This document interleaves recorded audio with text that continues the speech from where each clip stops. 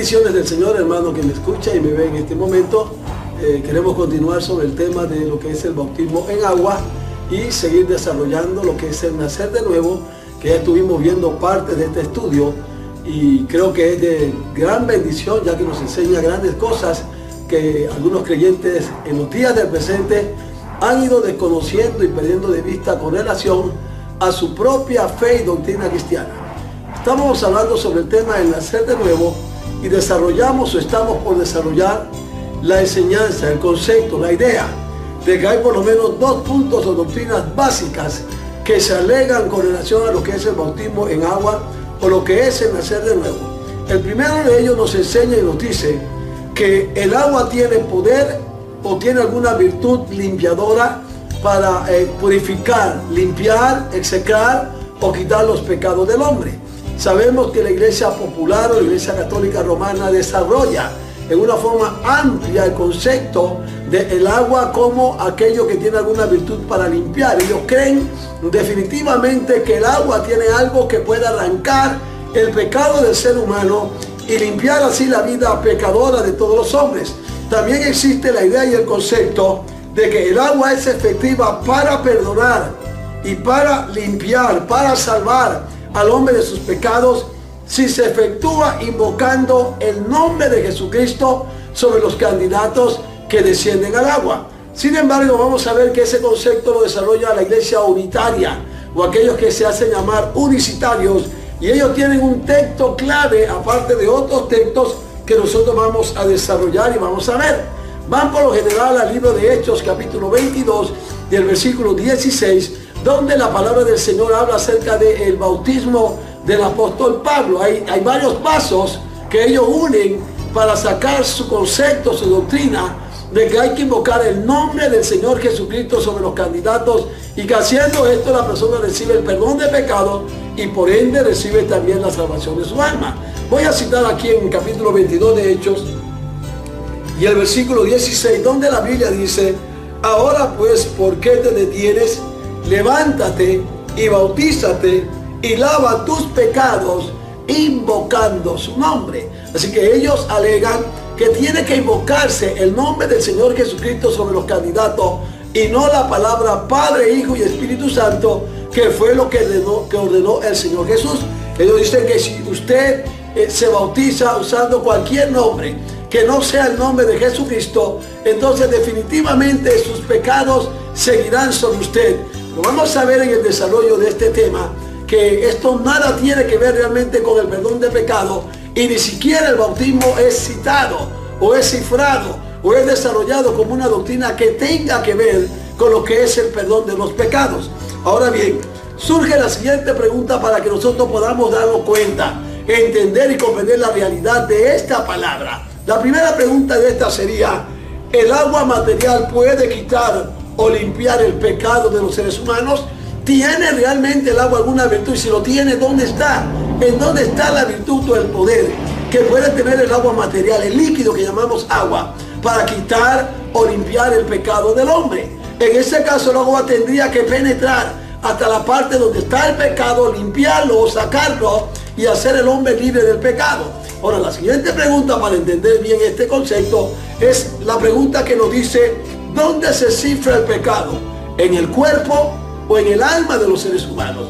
Tenemos una alma, tenemos un cuerpo, pero ¿dónde va el pecado? ¿Dónde realmente se cifra? ¿Dónde se imputa el pecado de los seres humanos? Vamos a darnos cuenta con relación al agua, por ejemplo, que el pecado afecta al cuerpo y el alma. La persona peca, hace lo malo, desarrolla una vida que no va acorde con los conceptos, los mandamientos del Señor, y eso va a dañar, a afectar su propia vida. Su vida física se afecta, su vida emocional y espiritual, su alma es lastimada. Sin embargo, el pecado no se cifra en el cuerpo. La Biblia dice que el pecado va a cifrarse dentro del alma de la persona. El alma acepta pecar y el cuerpo ejecuta el pecado, pero el pecado, según la palabra del Señor, se cifra en el alma y no en el cuerpo. Entonces esto es interesante, esto es importantísimo, porque ahí podemos ver entonces qué es lo que necesitamos para que el hombre sea libre del pecado y qué es lo que necesitamos que pueda entrar donde está el alma y limpiar al hombre del pecado. Si usted va conmigo al libro de Miqueas, profeta Miqueas, en el capítulo 6, observe lo que dice la palabra del Señor. En el versículo 7 dice así: ¿se agradará Jehová de millares de carneros o de 10,000 arroyos de aceite? Daré mi primogénito por mi rebelión, el fruto de mis entrañas por el pecado de mi alma. Entonces el pecado, según el profeta, según las Sagradas Escrituras, se cifra en el alma. El agua material, cuando una persona es bautizada, sencillamente pasa por su parte exterior de su cuerpo físico, pero el agua no puede penetrar y llegar donde está el alma y arrancar el pecado, porque vamos a observar que la Biblia, la palabra de Dios, nos enseña que el pecado es una mancha que queda en el alma. Se necesita algo que el Señor, aleluya, ha dejado para que penetre el alma de la persona, entre a esa parte del ser humano y arranque el pecado, lo limpie y haga al hombre libre del pecado. Pero el agua material no tiene ese poder, no tiene esa virtud. Y ahí entonces entendemos por la palabra de Dios que el agua o el bautismo en agua no tiene el poder de perdonarle los pecados a nadie. Entonces el agua no puede salvar el alma del pecado. Bendito sea el nombre del Señor. No tiene ese poder, no tiene esa virtud, y la Biblia lo dice en el libro de Jeremías, en el capítulo 2. Quiero que usted vaya conmigo a Jeremías capítulo 2 y veamos lo que la Biblia, la palabra del Señor, tiene que decirnos sobre esto. Esto nos enseña que los profetas también eran conocedores de que esta palabra es real, de que esta palabra es verdadera, y que el pecado del hombre no puede limpiarse sencillamente por una ceremonia externa como lo es el bautismo. En el capítulo 22 de Jeremías, en el versículo 22, se aclara el punto de que el pecado en el alma del hombre no puede limpiarse ni con agua, ni con jabón, ni con ningún detergente que no sea la sangre del Señor Jesucristo, que llega a la vida de las personas a través o por medio de la palabra del Señor.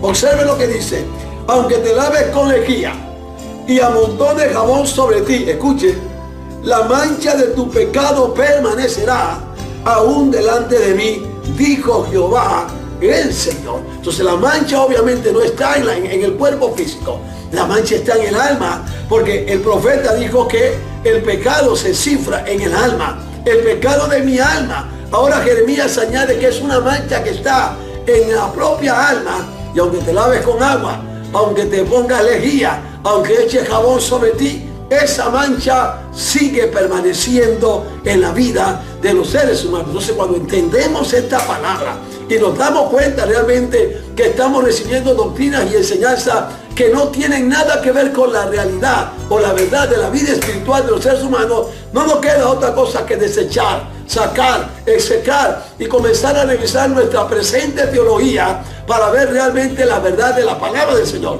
No podemos caer en tradicionalismo donde la gente no conoce la palabra, sino que se mueve a base de costumbre de hombre, de costumbre de los pueblos, de enseñanza de hombre, que muchas veces tienen una mezcla entre lo que es verdad y lo que es mentira. Aunque tomes el agua, esa agua no tendrá jamás el poder ni la virtud de penetrar hasta donde está el alma. Pero la Biblia, la palabra de Dios, dice que a través de esa palabra agua, el Señor está simbolizando algo que sí puede penetrar y llegar hasta nuestra alma y limpiarnos de toda maldad y de todo pecado. Por eso que el Señor Jesucristo dijo claramente que el que no nace de agua, pero no estaba hablando del agua material.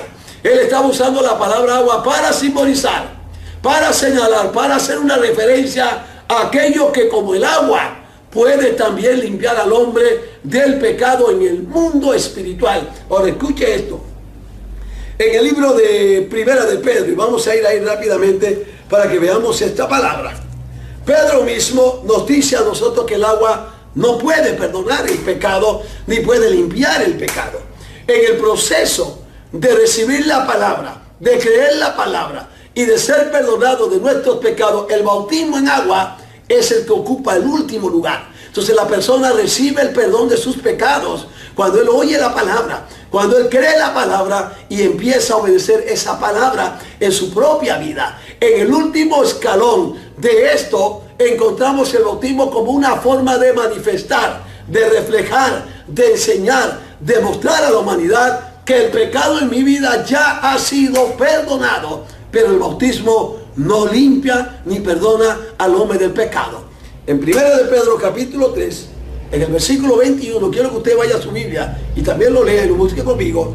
Dice, el bautismo que corresponde a esto, refiriéndose al agua, él dice, ahora nos salva. O sea, nos salva significa que a través de él se ve la salvación. Cuando usted se bautiza es porque ya usted se arrepintió del pecado, es porque usted entregó su vida al Señor, es porque usted invocó el nombre del Señor levantando su mano pidiendo perdón al Señor. Pero ya cuando llegó al bautismo ya ese proceso pasó, ya su vida está limpia del pecado. Por eso Pedro dice que nos salva. Pero fíjese lo que sigue diciendo él.